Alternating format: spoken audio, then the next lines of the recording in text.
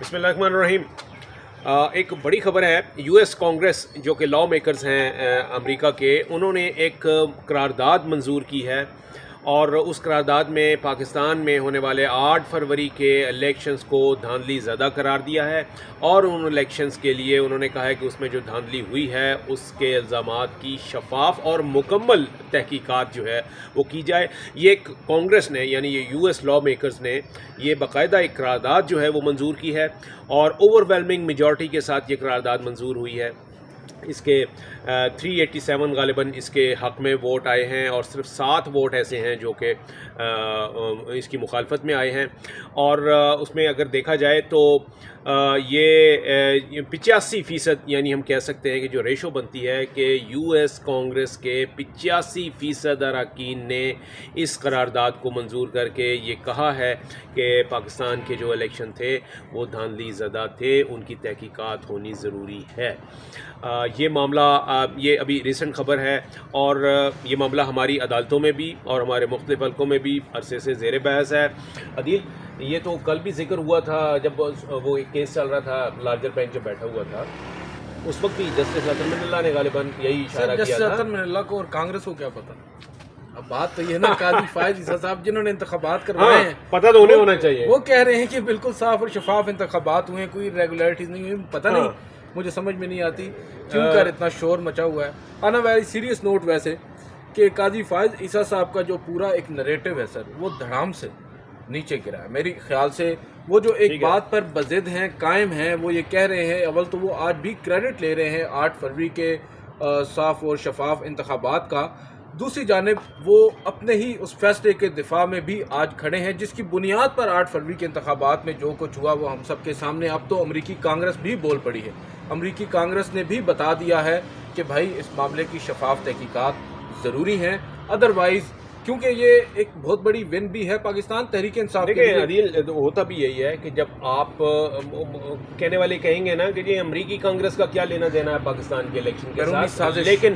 لیکن جب آپ کو اپنے ملک میں جب یہ صورتحال ہوگی کہ عدالتوں سے انصاف نہیں ملے گا، ابھی تک آپ دیکھیے کہ الیکشن ٹریبیونلز جو ہیں وہ جو کہ 1 مہینے کے اندر اندر الیکشن کے بعد بن جانے چاہیے تھے، وہ ابھی تک نہیں بن سکے، ابھی تک ان کا مقدمہ چل رہا ہے۔ پھر متعدد انتخابی عذرداریاں جو ہیں وہ موجود ہیں مختلف عدالتوں میں، ان کے اوپر فیصلے ہونے ہیں، اور جو فیصلے آ رہے ہیں وہ بھی یہ کہا جا رہا ہے کہ وہ بھی ایک خاص ایجنڈے کے تحت جو ہے اس میں فارم 47 والوں کو فائدہ پہنچایا جا رہا ہے، اور فارم 45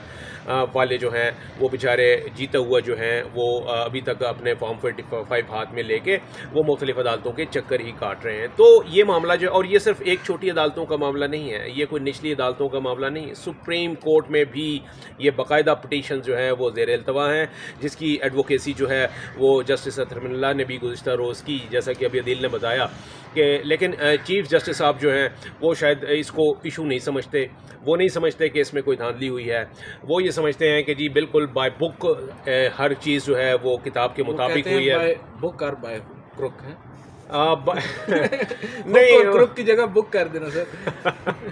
جی، تو یہ چیز جو ہے ظاہر ہے، جب پھر اس سٹیج پر انصاف کا لیول اگر یہ ہوگا تو ایسی صورت میں پھر ظاہر ہے امریکہ کی کانگریس میں سے بھی آواز آئے گی، اور یہ آواز جو ہے وہ معمولی آواز نہیں ہے۔ امریکی کانگریس یعنی ان کے جو لا میکرز ہیں، جو قانون ساز ادارہ ہے ان کا، اس کی ایک مطلب اکثریت نے 85% اراکین نے اس بات کو انڈورس کیا ہے کہ واقعی جو پاکستان میں ہوا ہے 8 فروری کو، یہ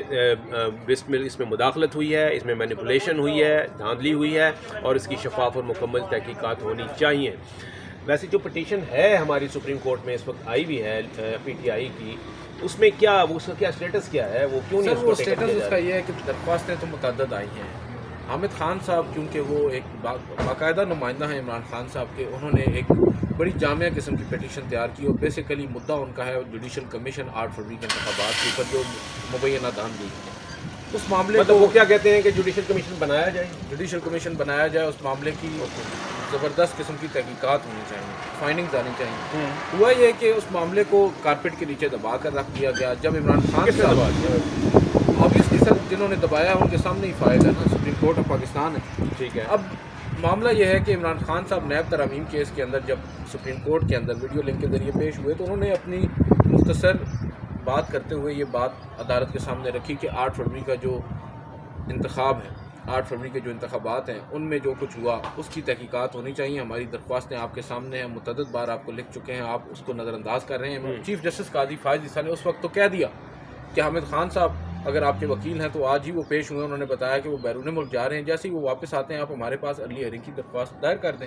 اب حامد خان صاحب واپس آ گئے ہیں. حامد خان صاحب نے گزشتہ ہفتے ارلی ہیئرنگ کی درخواست بھی دائر کر دی.